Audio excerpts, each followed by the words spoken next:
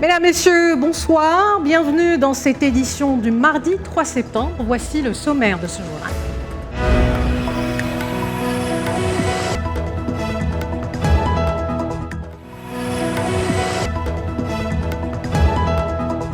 Après-midi et soirée solennelle à l'Assemblée nationale du Palais du Peuple, le Parlement congolais.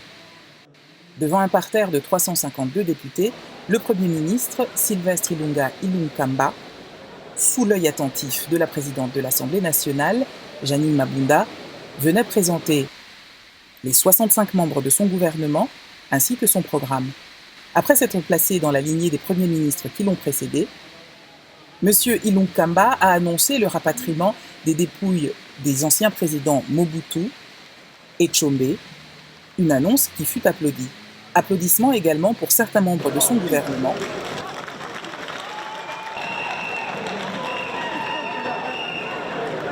dont quelques-uns ont été hués.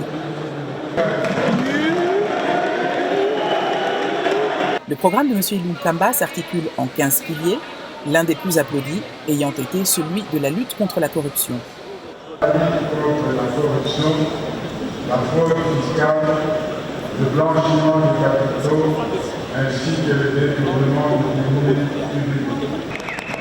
Après présentation de son programme, les députés prendront le temps de l'examiner et de le critiquer et se réserveront le droit d'investir ou non ce nouveau gouvernement.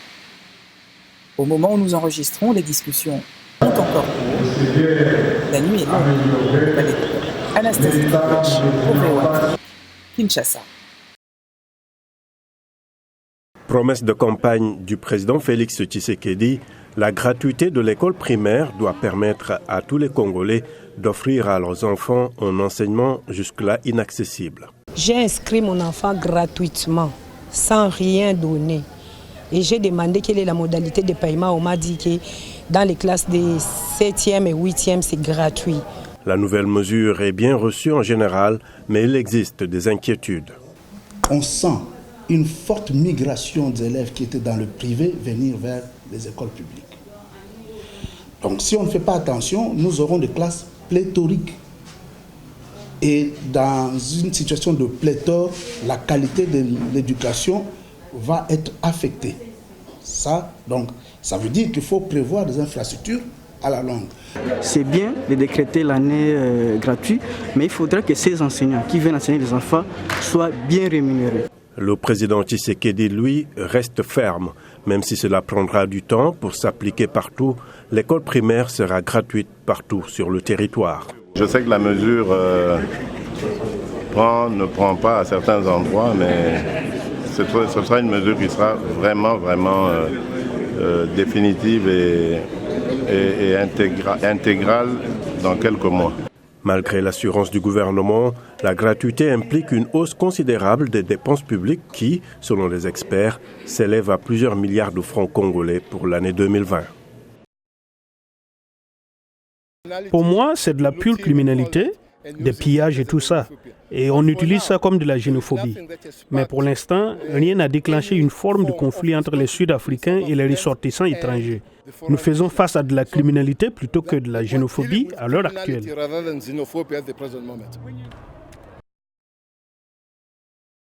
La principale cathédrale de Maputo attend avec impatience la visite du pape François, la première du genre depuis l'arrivée en 1988 du pape Jean-Paul II. Le Mozambique était alors en pleine guerre civile, mais au début de cette année, les dirigeants ont signé un nouvel accord de paix. La visite du pape François intervient après le dernier accord de paix. C'est donc une sorte de bénédiction de ces discussions entre gouvernement et opposition.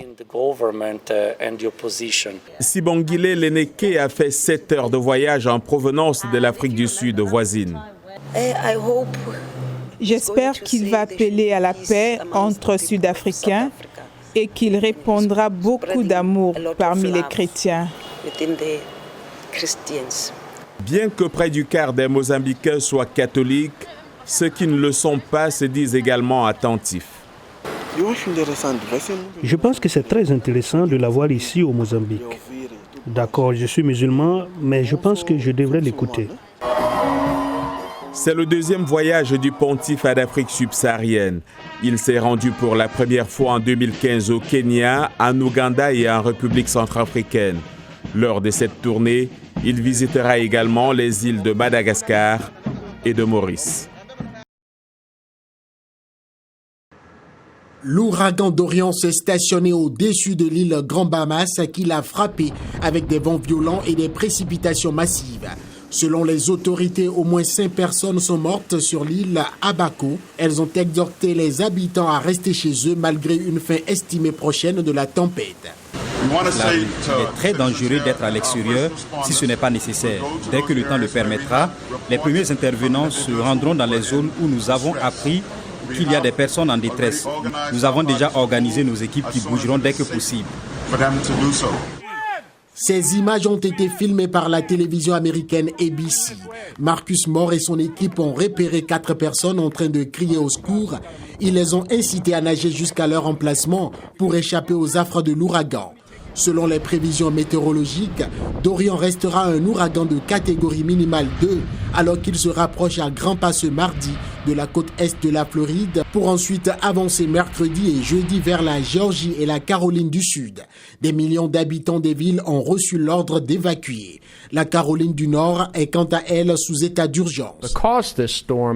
Parce que cette tempête devrait s'accélérer, il n'y aura pas de temps pour se préparer. Même si Dorian n'atteint pas les côtes de l'Atlantique, les villes peuvent toujours s'attendre à plus de 25 cm de pluie, à des éclairs menaçants et à quelques tornades. La météo indique cependant que Dorian restera un ouragan lors de sa traversée de la côte atlantique cette semaine. Les autorités sont à l'œuvre comme ici à l'Agence fédérale de gestion des urgences. Elles ont déjà annoncé le début des opérations de secours là où les conditions le permettent et mettent les bouchées doubles pour mieux contenir la situation. Bonjour Eric.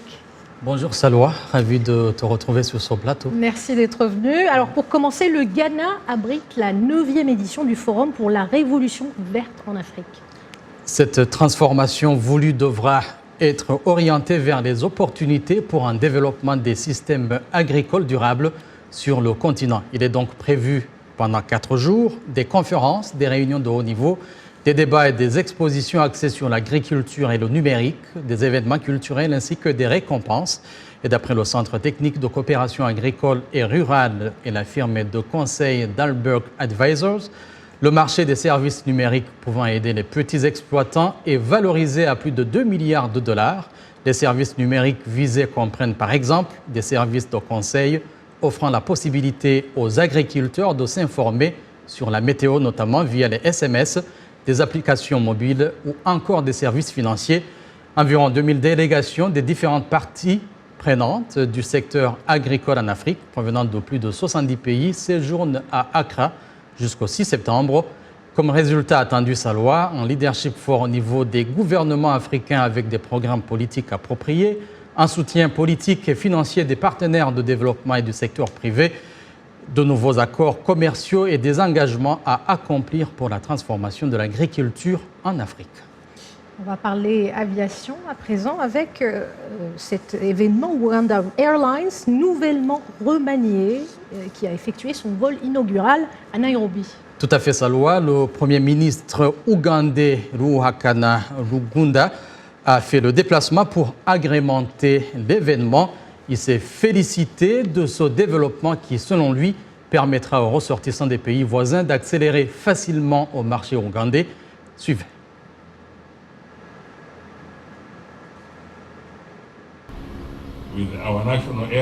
Grâce à notre compagnie aérienne, nos amis du Soudan du Sud, de la RDC, du Kenya, de la Tanzanie, du Rwanda, du Burundi et d'ailleurs pourront facilement accéder à notre marché et se connecter aisément à leur destination.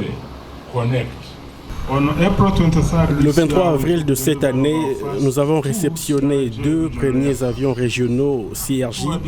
2 autres appareils CRJ 900 doivent être livrés en septembre et d'ici la fin de l'année prochaine, nous recevrons 2 avions gros porteurs A330 néo-long courrier vers l'Europe, l'Asie et le Moyen-Orient.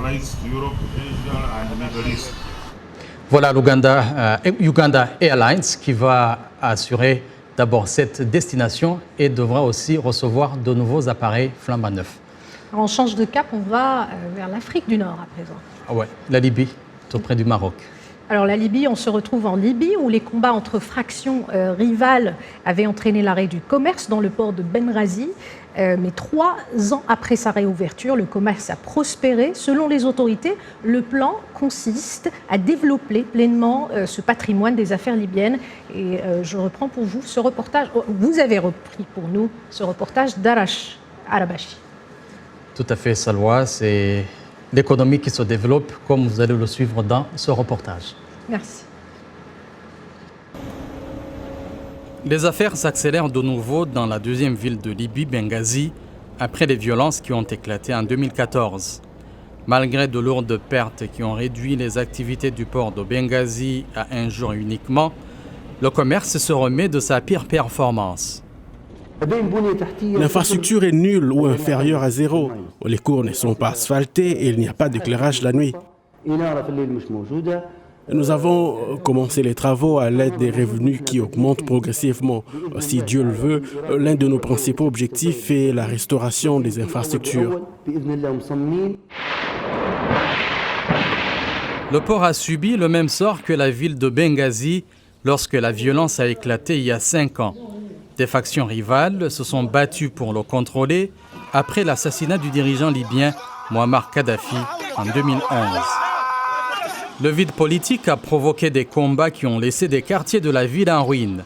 Aujourd'hui, le port de Benghazi enregistre plus de 400 000 tonnes de céréales sur 18 quais, soit le double de l'activité d'avant 2014.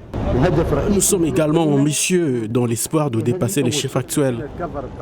Avant 2014, les revenus mensuels s'élevaient à environ 5 millions de dollars. Selon le responsable du port, la direction veut actuellement atteindre plus de 5,5 millions de dollars par mois. Selon lui, ce qui est différent des années passées, c'est la volonté de réinvestir cet argent dans le port, ce qui offre ainsi plus d'opportunités aux 14 000 employés qui y travaillent. Merci Eric, on se retrouve bientôt. Merci Salwa, à mardi. Bonjour à tous. Le Sénégal est éliminé du mondial de basketball Chine 2019. Les Lions de la Teranga ont concédé aujourd'hui leur deuxième défaite dans la compétition en s'inclinant face à l'Australie 81-68. Les deux équipes s'étaient pourtant donné coup pour coup. L'Australie a viré en tête à la pause grâce à un panier à 3 points, 36-33, mais c'est finalement à la fin du temps réglementaire que les Boomers ont creusé l'écart qui est passé de 10-13 pour un score final de 81-68. Avec cette deuxième défaite, le Sénégal ne verra pas le deuxième tour, tout comme l'Angola, le Nigeria et la Côte d'Ivoire, eux aussi éliminés après 2 matchs. Les Américains, eux, sont passés à un cheveu de la défaite de leur deuxième match, s'imposant de justesse 93-92 après prolongation face à la Turquie. En football, la FIFA va diffuser des matchs africains de qualification pour le Mondial 2022 sur son site Internet et sa chaîne YouTube. D'après l'instance mondiale du ballon rond, plusieurs rencontres du premier tour des qualifications seront diffusées en direct entre demain et le 10 septembre.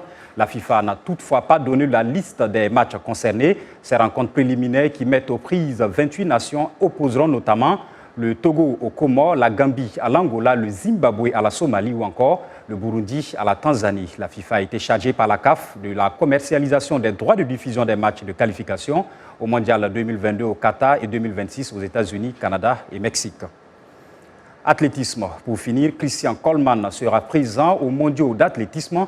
Le sprinter américain prendra part aux mondiaux Qatar 2019 sur 100 mètres. L'agence antidopage américaine a retiré les charges qui pesaient sur Christian Coleman, soupçonné de 3 manquements au contrôle antidopage. L'homme le plus rapide de la planète depuis la retraite du Jamaïcain Usain Bolt ira à Doha dans la peau du grand favori de la compétition reine des mondiaux qui se dérouleront du 27 septembre au 6 octobre prochain. Voilà donc, c'est tout pour les soirs. On se retrouve demain. Les rythmes pop d'Afrique atteignent des endroits de plus en plus éloignés et figurent sur des playlists aussi loin que Washington DC. Ma chanson préférée, c'est Follow You. Connu sous le nom d'afropop ou d'afrobeat, le genre musical autrefois réservé aux cercles africains a gagné du terrain en Occident. C'est vraiment formidable de voir des artistes que nous connaissons en Afrique être joués à la radio à New York, à DC ou dans une station de radio de l'Iowa. Et les gens sont vraiment attirés par cette musique. Ces dernières années, des collaborations transatlantiques avec des stars du hit parade américain tels que Chris Brown, Drake et Rick Ross ont fortement contribué à l'essor de l'afrobeat. Et travailler avec des artistes internationaux célèbres signifie souvent une chance d'être connu mondialement, a déclaré la star camerounaise Salatiel, qui a récemment travaillé avec Beyoncé sur la bande-son du film Le Roi Lion. Exécuter une chanson avec Beyoncé et Pharrell Williams, cela signifie beaucoup plus de visibilité. Les gens vont se demander qui est cet artiste nommé Salatiel et comment se fait-il qu'il soit sur cet album. Plusieurs groupes africains ont signé des contrats avec de grands labels américains.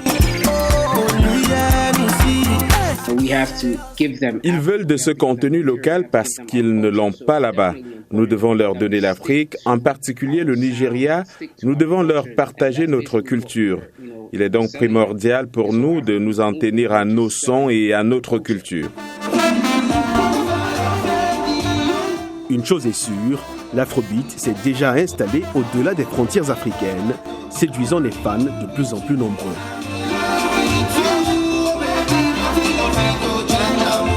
C'est la fin de ce journal. Merci de votre attention. Je vous retrouverai avec plaisir demain. Très bonne soirée avec VOA Afrique.